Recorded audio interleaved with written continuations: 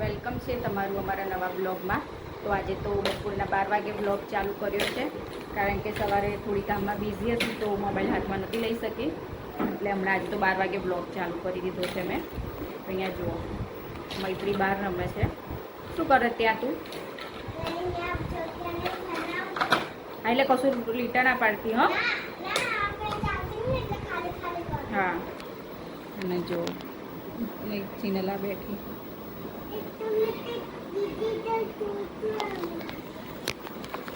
તો હવે આમ તો કામ બધું પતી ગયું છે ઘરનું, ખાલી હવે જમવાનું બનાવવાનું બાકી છે. તો હવે જમવાનું બનાવી દઈશ.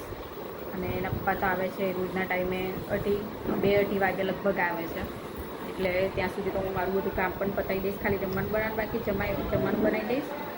આજે સન્ડે છે તો કદાચ જો એમને ગેરેજનું કામ વહેલું પતી જશે તો અમે કદાચ સાંજે જઈશું રિવરફ્રન્ટ. ત્યાં છે ને મેળો આવ્યો છે તો અમે જોવા માટે જઈશું. એ જોઈએ છે, હજુ તો પ્લાન ફાઇનલ નથી, કારણ કે પેલા દિવસ જો પછી પણ મારો પ્લાન ફેલ થઈ જશે. એટલે હવે જો ભાઈ બપોરે જમવા આવે શું કહે છે, હજુ 5-6 વાગ્યા સુધીમાં બધું ગેરેજનું કામ પતી જશે તો અમે સાંજે જઈશું. ફાઇનલ કંઈ છે નહીં, કારણ કે મેળો લગભગ છે ને 6 કે 7 તારીખ સુધીનો જ છે. તો જવાશે તો જઈશું, નહીંતર કંઈ વાંધો નહીં. જોઈએ હવે શું કહે છે આવીને. અત્યારે વાગી ગયા છે 7:30-8 થઈ ગયા છે, અને મારા ડ્રેસનું કટિંગ કરતી હતી તો ડ્રેસનું કટિંગ કરી લીધું છે. અને જો જીનું મૈત્રી અહીંયા રમે છે, અને જીનું અહીંયા બેઠી છે. દેખાય જીનું ત્યાં બેઠી છે. આજે મારે વેજ પનીર ફ્રેન્કી બનાવી છે, તો એના માટેની તૈયારી કરું છું. અમુક વસ્તુ માટે મેં પનીરને અમુક વસ્તુ છે ને બિગ બાસ્કેટમાંથી મંગાવ્યું છે, તો એ આવી જશે. અત્યારે ખાલી હું લોટ બાંધી દઉં છું, અને એની અંદર જે સ્ટફિંગ કરવાનું છે એના માટેનું મેં બધું મંગાવ્યું છે. હમણાં બિગ બાસ્કેટવાળું આપી જશે, એટલે પછી એનું પણ સ્ટફિંગ રેડી કરી અને વેજ ફ્રેન્કી બનાવી દઈશ.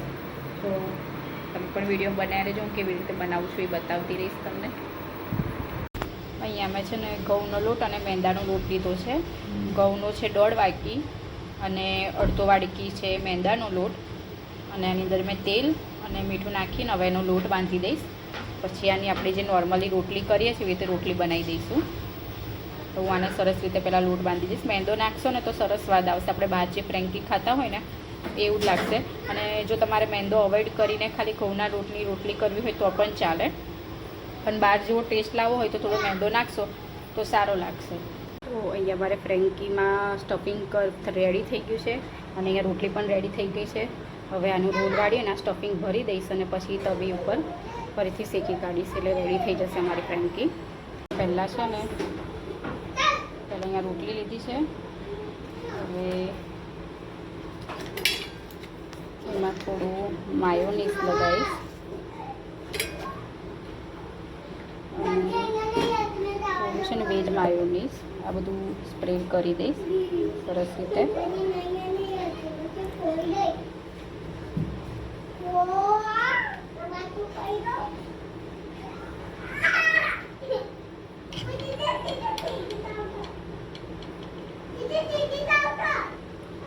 ભરી દઈશું.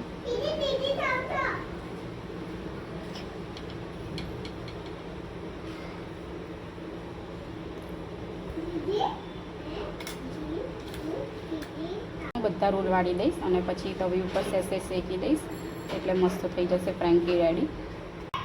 અહીંયા અમારી બધી ફ્રેન્કી રેડી થઈ ગઈ છે. હવે અમે લોકો જમી લઈશું. તો બધી જ ફ્રેન્કી બની ગઈ છે સરસ રીતે, જોઈ લો.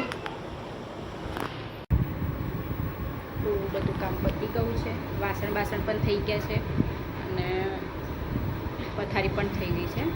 અમે લોકો જમી લીધું છે ને, અને એના પપ્પા અને મૈત્રીને જીનું 3 જણ આંટો મારવાઈ ગયા છે.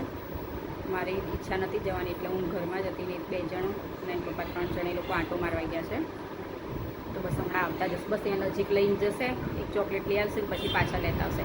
કારણ કે છે ને છોકરીઓ આખો દિવસ ઘરમાં જ હોય છે, એટલે એ પણ કંટાળે કે કઈ જઈએ. એટલે થોડી વાર એ પપ્પા ખાલી બહાર અહીંયા દુકાન સુધી આંટો મારી આવશે, અને પછી પાછા લઈને આવતા રહેશે. હમણાં એ લોકો આવતા હશે.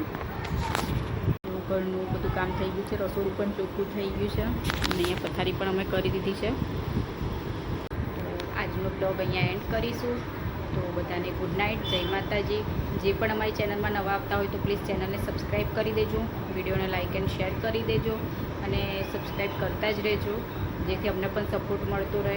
અને બેલ આઇકોનને બી પ્રેસ કરી દેજો, જેથી અમે જે પણ વિડીયો મૂકીએ ને એની નોટિફિકેશન તમને મળતી રહે.